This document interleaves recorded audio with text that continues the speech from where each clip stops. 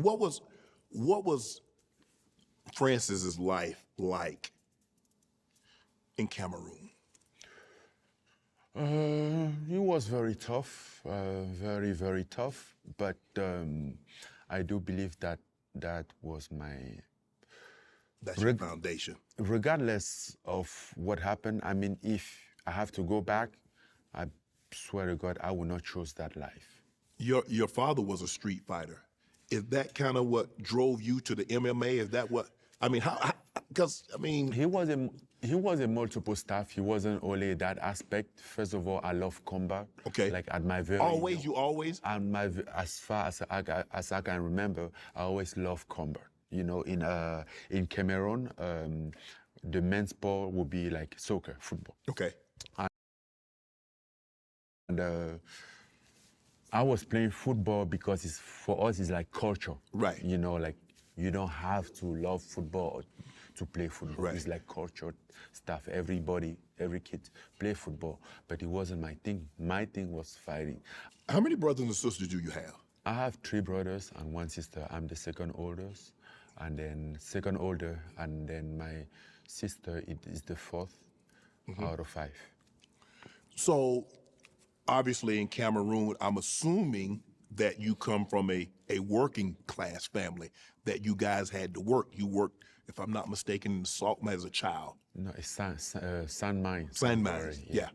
Well, I think we were even a little below the working class. Okay, you was below that.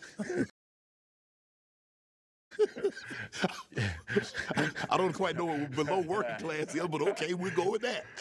Yeah, we were below working class because unlike us, my brother and I, no other kids started to work at that age. Right. Right? Like 9-year-old working in the sand quarry, what the hell can you do? I would work in the sand mine because I was always concerned about my life, like future, think about my future, like, okay, what will happen at this moment? And I would work in the sand mine. I see this guy, like, maybe 55, 60 years old, he's shoveling sand.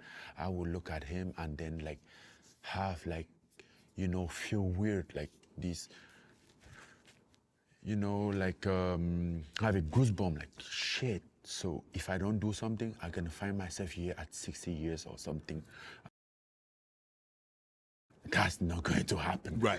There's no way that that's going to happen. Right. He has to change. He Right. has to be different. And that's happened to me a lot. Even when I left the village, I went to the city. We were carrying merchandise, unloading truck and stuff.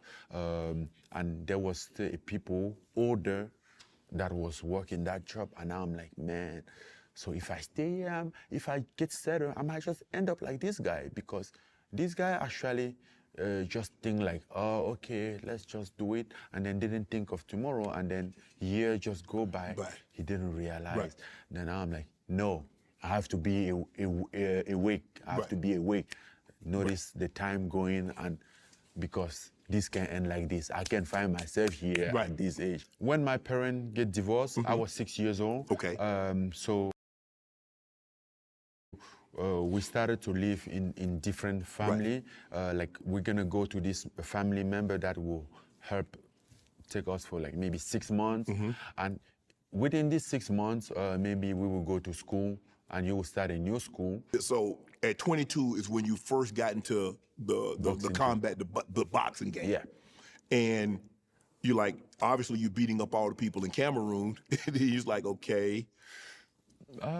What was the next step? What was your thought process? Okay, I'm winning in Cameroon, but I'm never gonna be what I believe I can be just being in Cameroon. Well, even in Cameroon, I didn't do boxing so much because after 1 year, I got sick. Hepatitis B. And it wasn't great. So, and I was boxing and was working at the same time because I was already on my own. So now I have to take care of myself, do this regime for like 6 months and stuff.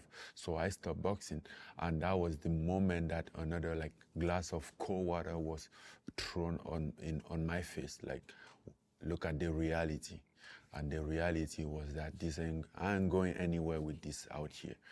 I better get out of this country and go somewhere with more opportunity. Your story, here's where the story gets really, I mean, you had the childhood is that when you're in a third world country and you're living in the, you said, we're lower than working class. But here's where it gets very interesting. And people follow me with this. At 26, you left Cameroon. You go to Nigeria, Niger, Algeria, Morocco, the Sahara Desert, the Mediterranean Sea, and Spain, just to make it to Paris, France. Now, I'm not Magellan. I'm not this great, navigator or anything, but it seemed like you were just traveling in circles before you got to your ultimate destination. So Nigeria, Niger, Algeria, Morocco, Sahara Desert, Mediterranean. It took you over a year. Yeah, it took me 14 months to get all the way to France. Because